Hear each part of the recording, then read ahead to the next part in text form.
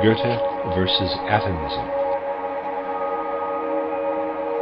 Number 1. There is a great deal of talk these days about the progress of natural science in the 19th century.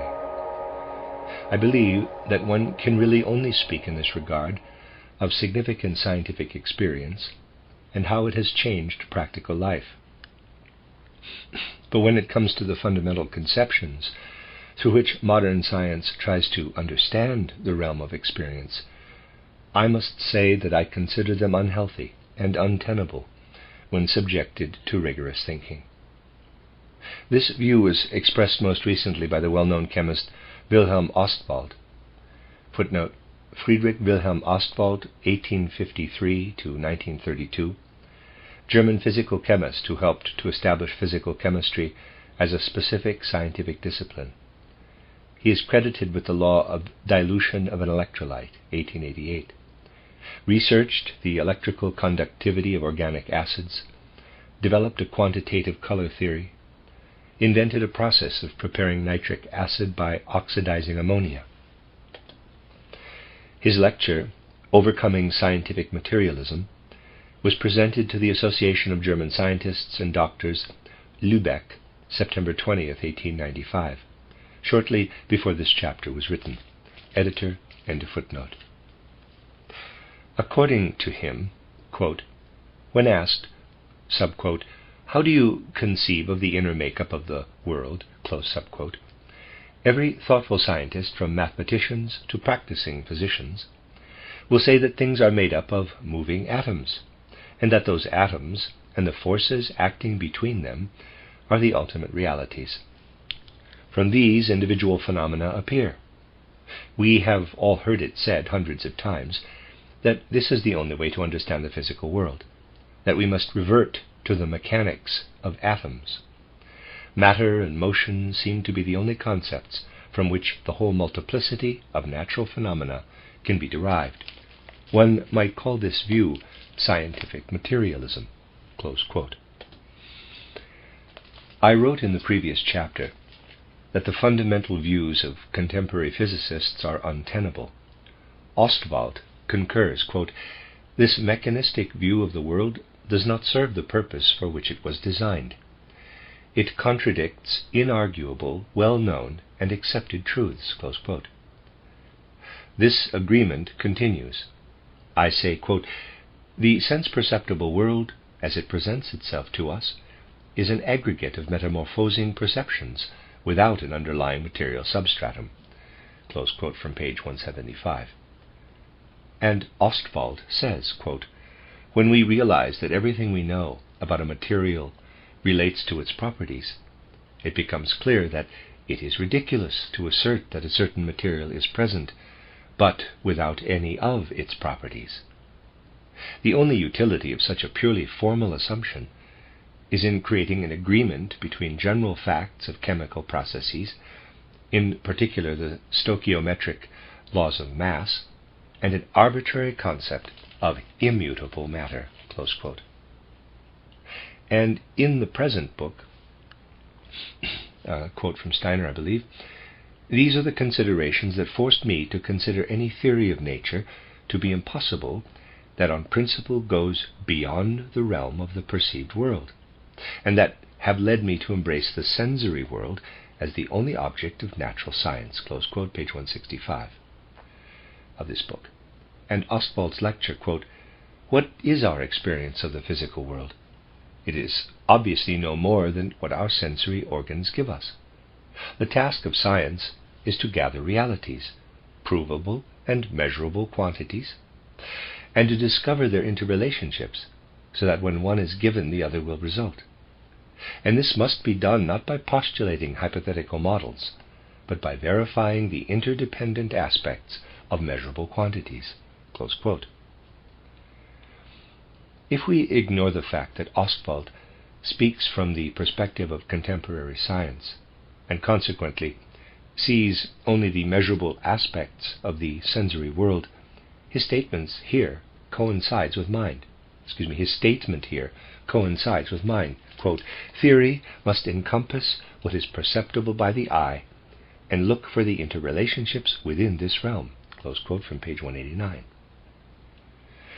In my discussion of Goethe's theory of color, I fight the same battle as Professor Ostwald's lecture against the intellectual foundations of conventional science.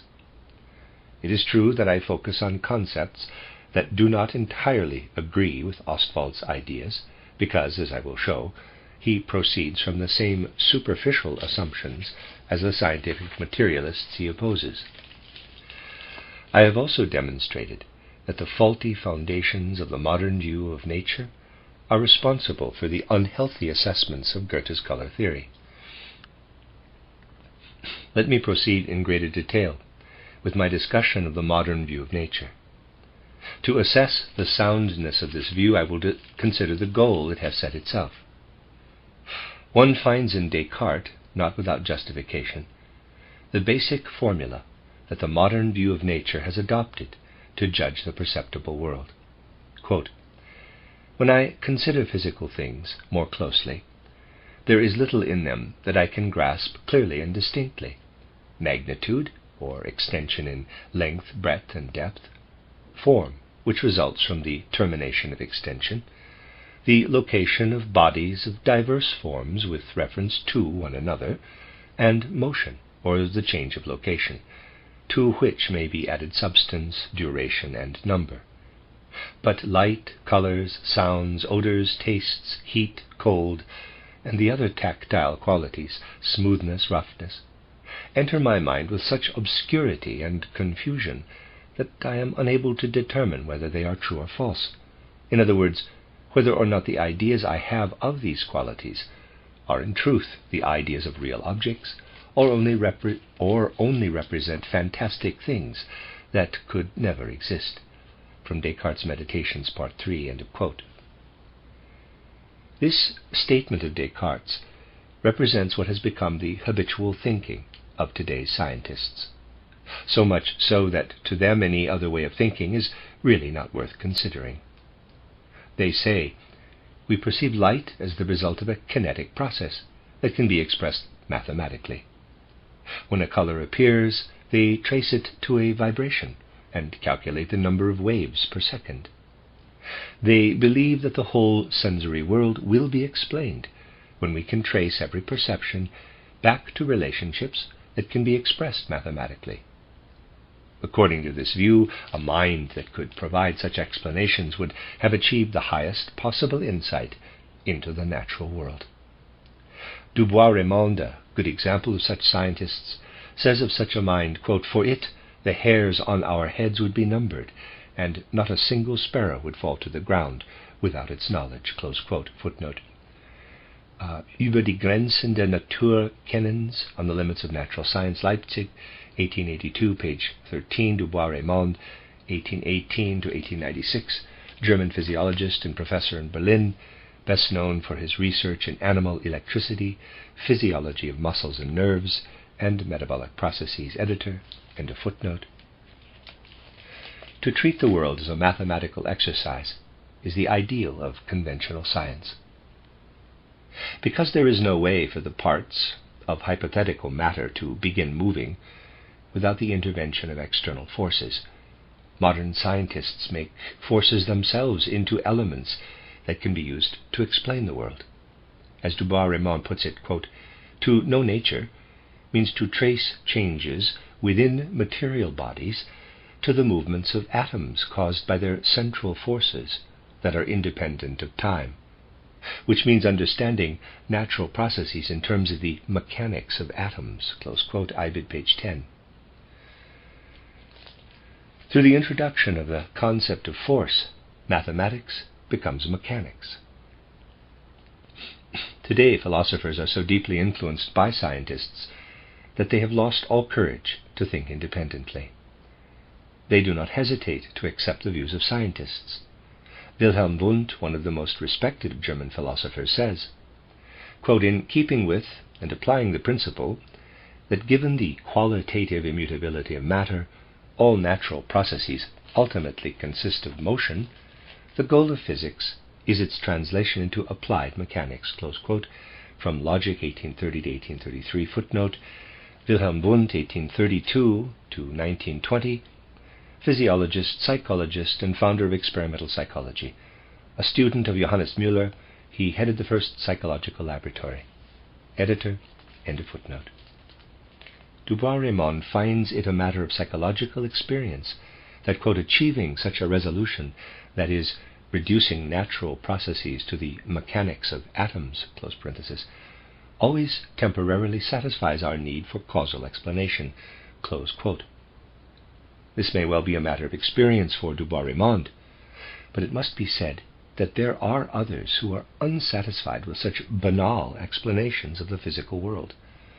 One such person is Goethe. Anyone whose need for causal explanation is satisfied by reducing natural processes to the mechanics of atoms is incapable of understanding Goethe. Subpart 2. Size, form, position, motion, force, and so on are just as much sensations as, for example, light, color, sound, smell, taste, cold, or heat. Any time we consider the size of a thing, isolated from its other characteristics, we are no longer dealing with the actual thing, but with an intellectual abstraction. It makes no sense to attribute to an abstraction from sensory experience a higher degree of reality than to a sense-perceptible thing itself. The only advantage of employing spatial and numerical relationships rather than other sensory perceptions lies in their greater simplicity and the greater ease of surveying them at a glance. Mathematical science gains its certainty from such simplicity and surveyability. Modern science always reduces physical processes to mathematical and mechanical terms because of the ease and convenience with which they can be manipulated. Human thinking prefers convenience. This comes to expression in Ostwald's lecture, quoted from above. This scientist wants to replace matter and force with energy. Listen to him. Quote, "What is the factor that determines when one of our senses becomes active? No matter how we look at it, all we find is this. The instruments of our senses react to energy differentials between themselves and their environment. If we lived in a world where the temperature was always that of our body, we would never know anything about warmth, just as we have no experience of the constant atmospheric pressure under which we live. Only when the pressure changes do we become aware of it. Just imagine someone hitting you with a stick. What is it that you feel, the stick or its energy? We must answer, its energy, because the stick is the most harmless thing in the world as long as it is not being swung. But you will reply that we can bump into a resting stick. This is true. But what we experience is, as I said, an energy differential with our sensory apparatus. And from this perspective, it makes no difference whether the stick strikes against us or we move into it. If they both moved at the same speed in the same direction, the stick would no longer exist from the point of view of our feeling sense, because it could not contact us and effect an exchange of energy." Close quote. Here Ostwald is isolating energy from the realm of perceptions, that is, isolating it from everything that is not energy. He reduces all perceptions to a single characteristic of the perceptible world, the expression of energy, and thus to an abstraction. The extent to which Ostwald is caught in current scientific habits is very obvious. If we were to ask him, the only justification he could find for his approach is that it is a fact of psychological experience, that his need for causal explanation is satisfied by reducing the processes of nature to exchanges of energy. In fact, it makes no difference whether Dubois-Reymond resorts to the mechanics of atoms or Ostwald to exchanges of energy. In either case, the human need for mental convenience is satisfied. Ostwald ends his lecture by saying, quote, "No matter how necessary and useful energy may be for understanding nature, is it enough to explain the physical world? Or are there phenomena that cannot be wholly represented by currently known laws of energy? I feel a need to be as responsible in answering this question as I have been in the rest of my presentation today. And I must emphasize that the answer is no. Irrespective of the tremendous advantages of explaining the world in terms of energy, as opposed to materialistic or mechanistic explanations, in my opinion, there are already several cases that cannot be explained by the known laws of energy. These point to the existence of principles that go beyond them. Energetics will survive side by side with these new laws. But in the future it will not be, as we think of it now, the most comprehensive principle for the mastery of natural phenomena. Rather, it will probably be seen as merely a special expression of more general relations, whose form we can barely imagine today. Close quote. Subpart 3. If our scientists also read the writings of those who are not part of their club, Professor Ostwald could never have made such a remark. For, as early as 1891, in my introduction to Goethe's color theory, I wrote that we can very well imagine such, in quotes, forms, and that science in the future will have the task of elaborating on Goethe's fundamental scientific ideas. We can no more reduce physical processes to the mechanics of atoms than to states of energy.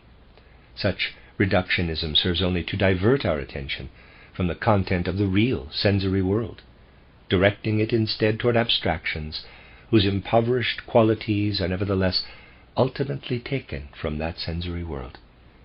We cannot explain one group of sensory qualities, light, color, sound, smell, taste, warmth, and so on, by reducing them to another group of sensory qualities, size, form, location, number, energy, and so on. The task of natural science cannot be to reduce one category of qualities to another. Rather, it must find the connection and relationships among the perceptible qualities of the world.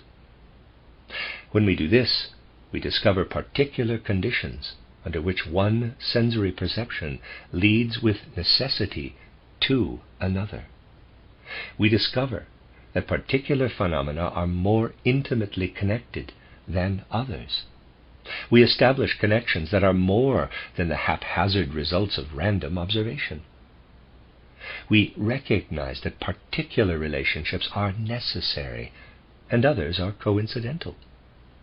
Goethe calls necessary relationships between phenomena archetypal phenomena.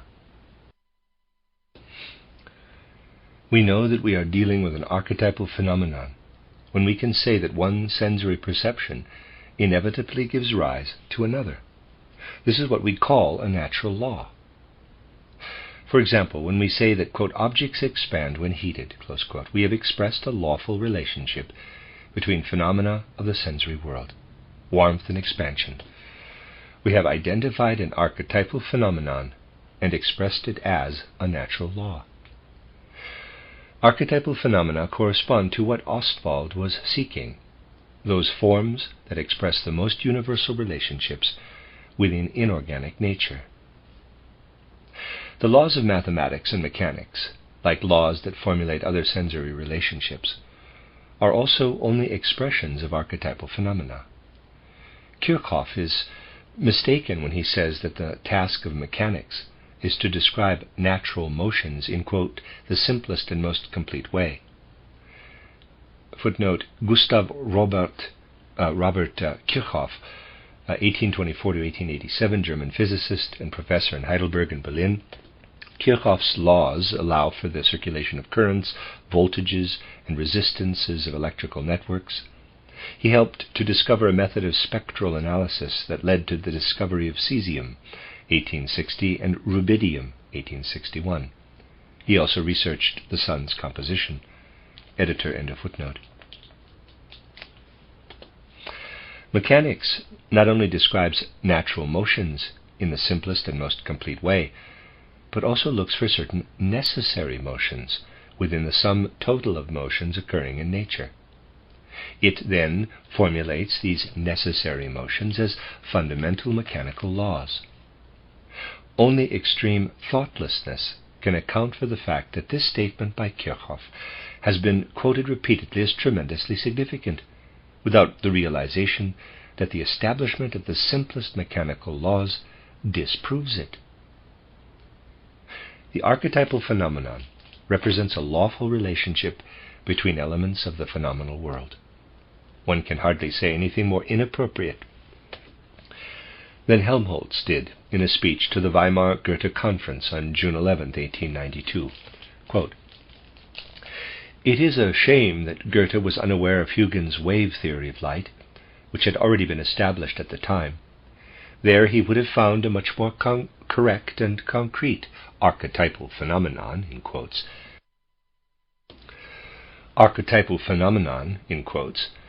than the hardly suitable and entangled process he selected for this purpose in the colors arising in turbid media. Close quote. Footnote: Goethe's Vorhandlungen kommender wissenschaftlicher Ideen, Berlin, 1892, page 34, Hermann Ludwig Ferdinand von Helmholtz, 1821 to 1894, physicist, anatomist, and physiologist, was a founder of the principle of conservation of energy.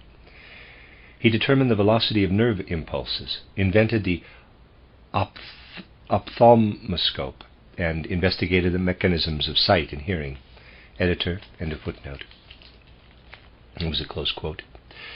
He claims that waves, which are imperceptible and constitute a speculative addition to the phenomenon of light, would have provided Goethe with a more correct and concrete archetypal phenomenon than does a process unfolding before our very eyes. This process is hardly complicated, consisting as it does of light seen through a cloudy medium as yellow, and darkness seen through a lighted medium as blue. The, in quotes, reduction of sense-perceptible processes to imperceptible mechanical movements has become such a habit for modern physicists that they seem unaware of having replaced reality with an abstraction.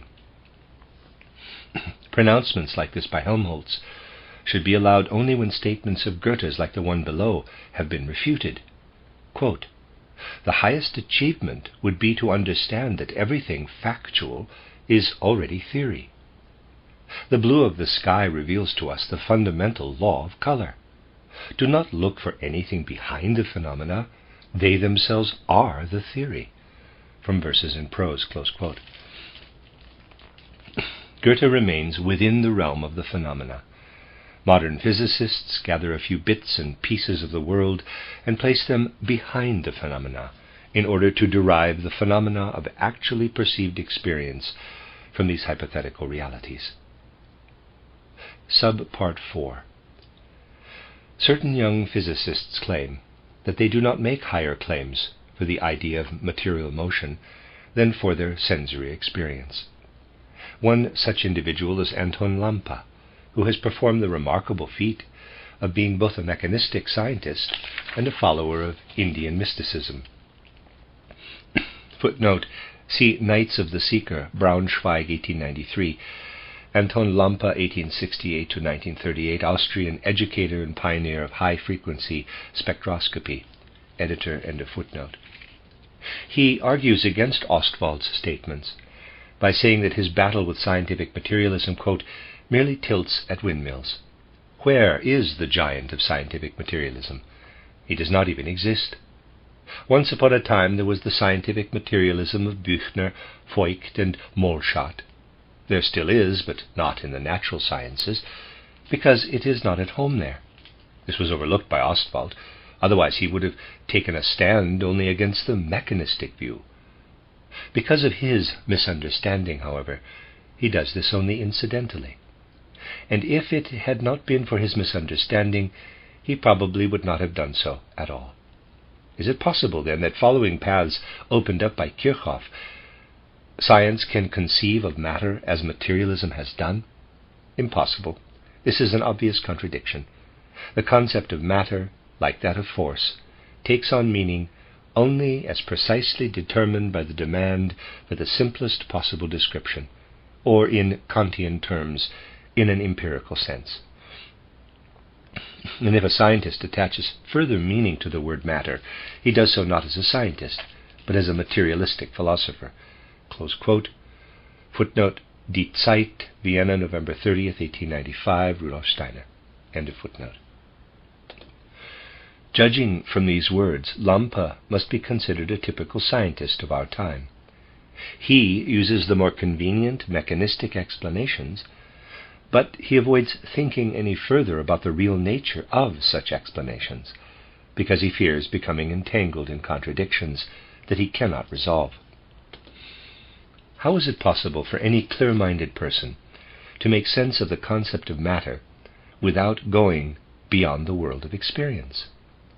In the experiential world, there are bodies of various sizes and positions. There are movements and forces. There are the phenomena of light, color, warmth, electricity, life, and so on. But experience does not tell us that size, warmth, color, and so on are attached to, in quotes, matter. Matter cannot be found in our experience. If we want to think matter, it must be thought up and added to our experience. This intellectual addition of matter to the phenomenally experienced world is noticeable in the physical and physiological deliberations so common today in natural science, as influenced by Kant and Johannes Müller. Footnote in 1826,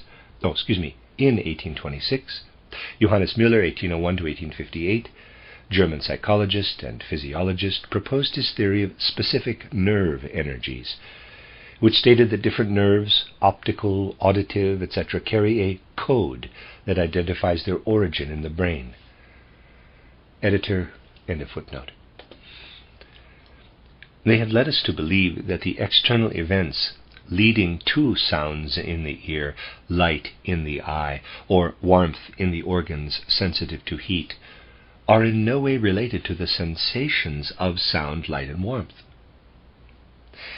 These external events are simply supposed to be specific movements of matter. Scientists determine what sort of external motions cause sound, light, or color to arise in the human soul. They conclude that red, yellow, or blue exist nowhere outside of the human organism, but that there is a wave-like motion of a subtle elastic matter, the ether, which is perceived as red, yellow, or blue when it is sensed through the eye. EYE. If there were no eye to sense this, there would be no color, only the movement of ether. They claim that ether is an objective fact and that color is subjective and created within the human body. Professor Wundt of Leipzig, who is acclaimed as one of the greatest philosophers in Germany today, says that matter is a substrate, quote, never observable directly, but only through its effects, close quote. And he finds that, quote, any explanation of the phenomena that does not contradict itself, close quote, must assume such a substrate. Parenthesis, see Logic, Volume 2, close parenthesis. Descartes' delusion about clear and confused mental pictures has become a fundamental way of representing matters in physics. Subpart 5. Those whose capacity for forming a worldview has not been destroyed by Descartes, Locke, Kant, and modern physiology will never, those whose capacity for forming a worldview has not been destroyed by Descartes, Locke, Kant, and modern physiology will never understand how it is possible to conceive of light, color, sound, warmth, and so on as merely subjective states of the human organism, and at the same time claim that a completely objective world of processes exists outside the organism. If we claim that the human organism itself produces sound, color, and warmth, we must also say that it produces extension, magnitude, location, movement, forces, and so on. These mathematical and mechanical attributes are in fact inseparable from the rest of the perceptible world. Only abstract thinking separates the elements of space, number, motion, and the expressions of force from warmth, sound, color, and other sensory qualities. Mathematical and mechanical laws refer to abstract entities and processes drawn from the world of experience, and as such, they can therefore only be applied to the experienced world. But if we were to claim that mathematical and mechanical processes are also subjective, nothing would remain to serve as content for our concept of objective things and occurrences, and we cannot derive phenomena from empty concepts. Modern scientists and philosophers, their baggage carriers, cling to the idea that sensory perceptions are merely subjective states evoked by objective events. As long as this is so, healthy thinking must object that either they are playing with empty concepts, or else they attribute to the objective world a content borrowed from that part of the world. I have addressed this absurdity in several of my writings. Footnote: The Science of Knowing, Outline of an Epistemology Implicit in the Goethean Worldview, 1886, titled Truth and Science, 1892, titled Intuitive Thinking as a Spiritual Path, A Philosophy of Freedom, formerly known as the Philosophy of Spiritual Activity, 1894. Editor, end of footnote. I will not go into the question of whether wave processes and the forces that cause them, from which the most recent physics derives all natural phenomena, are to be ascribed to a different form of reality from that of sensory perceptions. I will simply ask, what is it that can be accomplished by mathematical and mechanistic views of nature? Anton Lampa's opinion is that, quote, mathematics as subject and mathematics as method are not the same, since mathematical methods can be applied without mathematics. Faraday, who could barely square a binomial, provides a classic example of this in his experimental investigations of electricity. Mathematics is simply a means of abbreviating logical processes, thus helping us with many complex matters that would prove too much for our usual modes of logical thinking. But mathematics does much more. To the extent that each formula expresses the process of its own becoming, it can build a living bridge to the elementary phenomena that served as the starting point of the investigation. Therefore, a method that cannot use mathematics, which is the case whenever magnitudes are immeasurable, must not only adhere to strict logic if it is to use mathematical methodology, but it must also be very careful in following matters back to basic phenomena. Otherwise it goes astray, exactly where it lacks mathematical structure. When it achieves this, however, it may properly claim to be mathematical, as a distinction of its precision. From Knights of the Seeker, page 92, end of quote. I would not spend so much time with Lampa if he were not such a perfect example of the contemporary natural scientist. He satisfies his philosophical needs through Indian mysticism, which means that he does not muddle his mechanistic view of nature with all sorts of incidental philosophizing. The theory of nature he has in mind is, so to speak, the pure view of today's science. I find that Lampa has completely ignored an important characteristic of mathematics. True, every mathematical equation does, quote, build a living bridge, close quote, to the elementary phenomena that served as the starting point for an investigation. But the elementary phenomena are essentially the same as the more complex factors from which the bridge is built. Mathematicians trace the properties of complex spatial and numerical structures, as well as their mutual interrelationships, back to the properties and relationships of the most basic numerical and spatial structures. Mechanical engineers do the same in their field. They trace composite motions and forces back to simple, easily surveyable motions and forces. To do this, they employ mathematical laws, to the extent that movements and the effects of forces can be expressed in geometric and numerical equations. In a mathematical equation that expresses a mechanical law, the individual elements or equations are no longer purely mathematical patterns, but represent forces and motions. The relationships in which these formulae are embedded are not determined by purely mathematical lawfulness, but by the actual properties of forces and movements. The minute we forget the specific meaning of these mechanical formulae, we are no longer dealing with mechanical lawfulness, but only with mathematical lawfulness. The relationship between mechanics and mathematics is paralleled by that between physics and mechanics. The task of physicists is to trace the complicated processes of color, sound, warmth, electricity, magnetism, and so on, to simple occurrences within the same sphere. They must, for example, trace complicated color events to the simplest occurrences of color.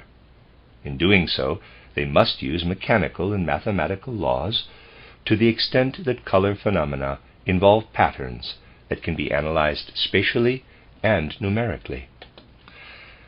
The mathematical method, when applied to physics, would mean investigating the connections among colors, sounds, and so on within those phenomena themselves, not tracing them back to forces and movements in matter devoid of color or sound.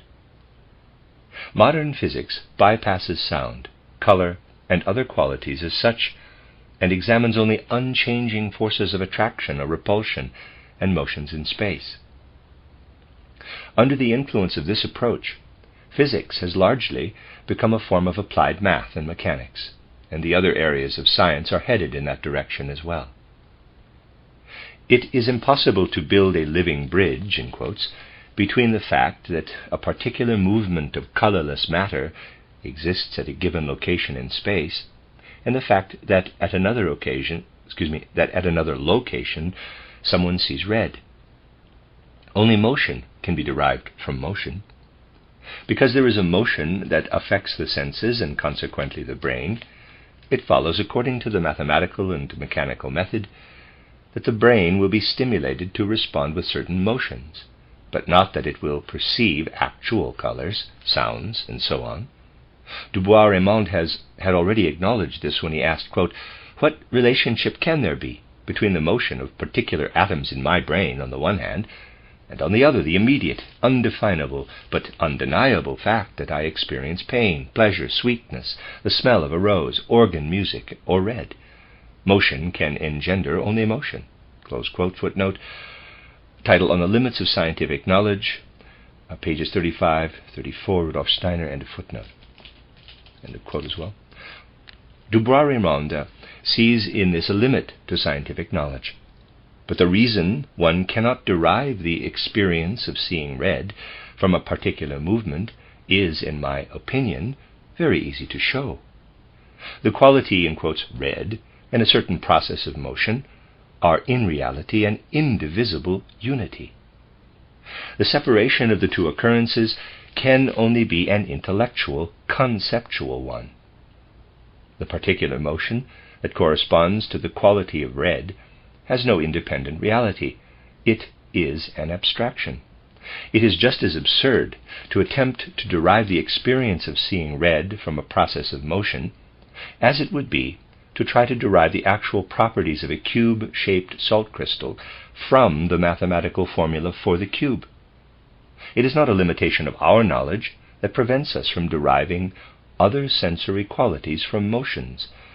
Attempting to do so simply makes no sense. Subsection 6. The desire to bypass colors, sounds, and warmth as such, and deal only with the corresponding mechanical processes, must arise from the notion that the simple laws of mathematics and mechanics are for some reason more easily understood than the characteristics and interrelationships of the other aspects of our perceptual world. But this is certainly not the case.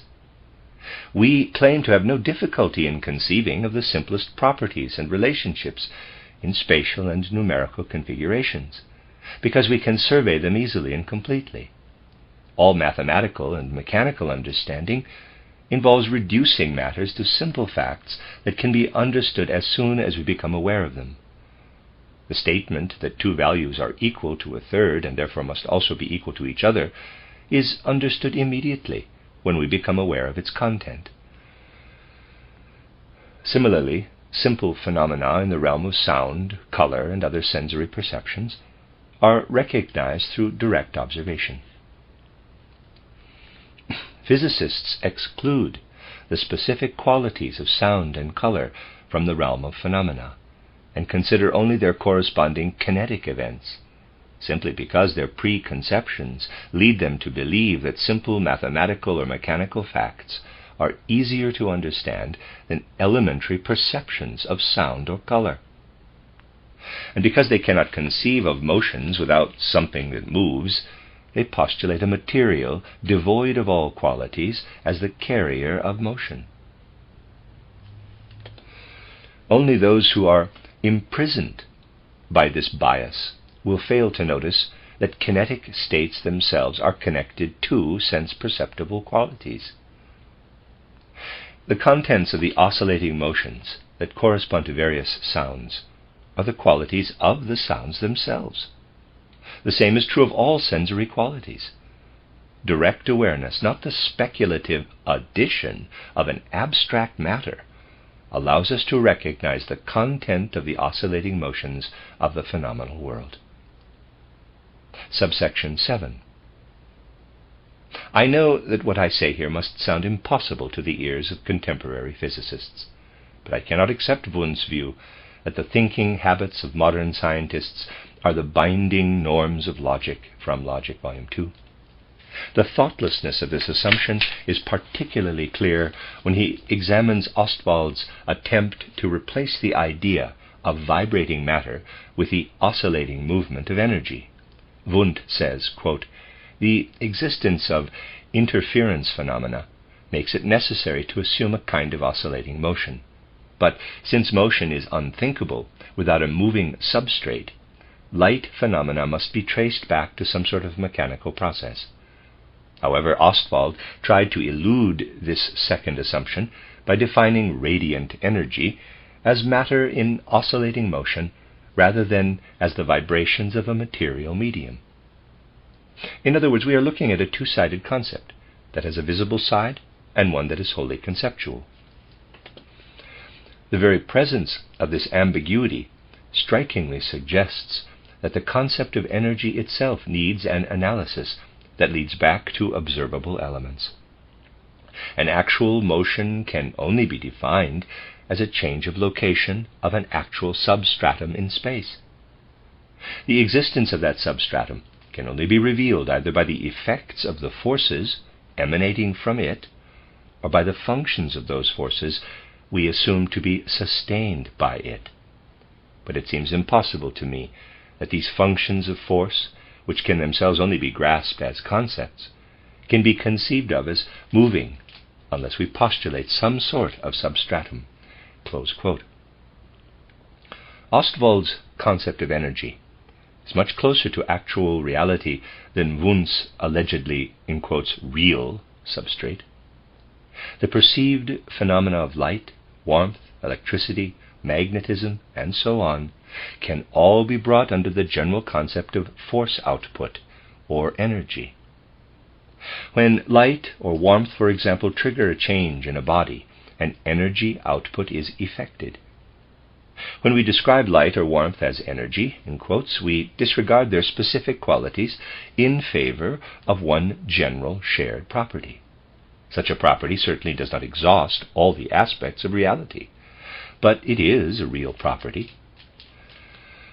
On the other hand, the concept of the properties that physicists and their allies in philosophy have attributed to their hypothetical matter is inherently self-contradictory.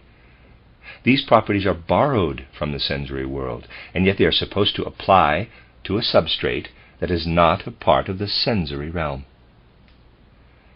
It is inconceivable how Wundt can maintain that the concept of, quote, radiant energy, close quote, is impossible simply because it has two aspects, one physically observable and one that is conceptual.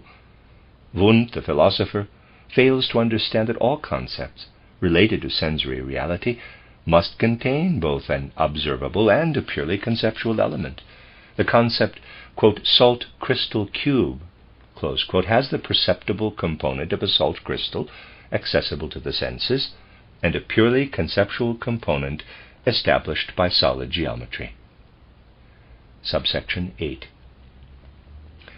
The evolution of natural science in recent centuries has led to the destruction of all conceptions that would allow science to participate in a worldview that satisfies higher human needs. It has led modern scientists to claim that it is absurd to say that concepts and ideas belong to the real world in the same way as active forces and matter occupying space. For such minds, concepts and ideas are products of the human brain, and nothing more. The scholastics still understood the nature of these matters, but modern science despises scholasticism without knowing what it is, especially which aspect of scholasticism was sound and which was not. What was sound about scholasticism was the feeling that concepts and ideas are not merely fantasies invented by the human mind to understand reality, but that they are connected in some way with the things themselves, even more so than matter and force. This healthy scholastic sensibility was a legacy of the grand views of Plato and Aristotle. What was unhealthy about scholasticism, on the other hand, was that this feeling became mixed with conceptions that entered the medieval development of Christianity. This development claimed that an otherworldly and therefore unknowable God was the source of all spiritual realities, including concepts and ideas. It depended on faith in something that is not of this world. A healthy human mind, on the other hand, adheres to this world and has no need of any other. But it also imbues this world with spirit. Such a mind attributes worldly reality to concepts and ideas, just as it does to the things and events of the sensory world. Greek philosophy flowed from this healthy thinking, and scholasticism retained an intimation of it. But scholasticism tried to reinterpret it so that it would correspond to an otherworldly Christian faith. Concepts and ideas were no longer considered the most profound thing that human beings could behold in the processes of this world. Rather, it was God and the other world. Once we apprehend the idea of something, we have no need to look further for its source, in quotes, for we have found what satisfies the human need for knowledge. But what did the scholastics care about such a need for knowledge? They wanted to preserve what they saw as the Christian view of God. They wanted to find the source of the world in an otherworldly God, even though their search for the inner being of things led only to concepts and ideas. Subsection 9. Over the centuries, Christian concepts became more powerful than the fading feeling handed down from Greek antiquity.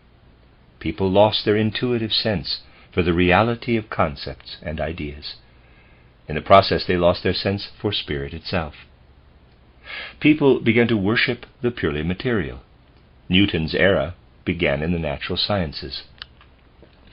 There was no longer any talk of the unity that underlies the world's multiplicity. All unity was denied and degraded to a merely, quote, in quotes, human notion. In nature, people saw only a multiplicity, an aggregate of particulars. It was this fundamental view that led Newton to see light not as a primal unity, but as something composite.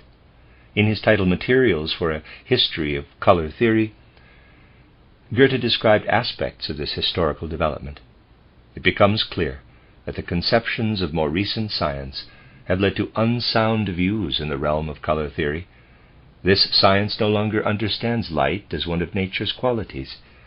This is the reason science does not know why, under certain circumstances, light appears colored, or how color arises within the realm of light.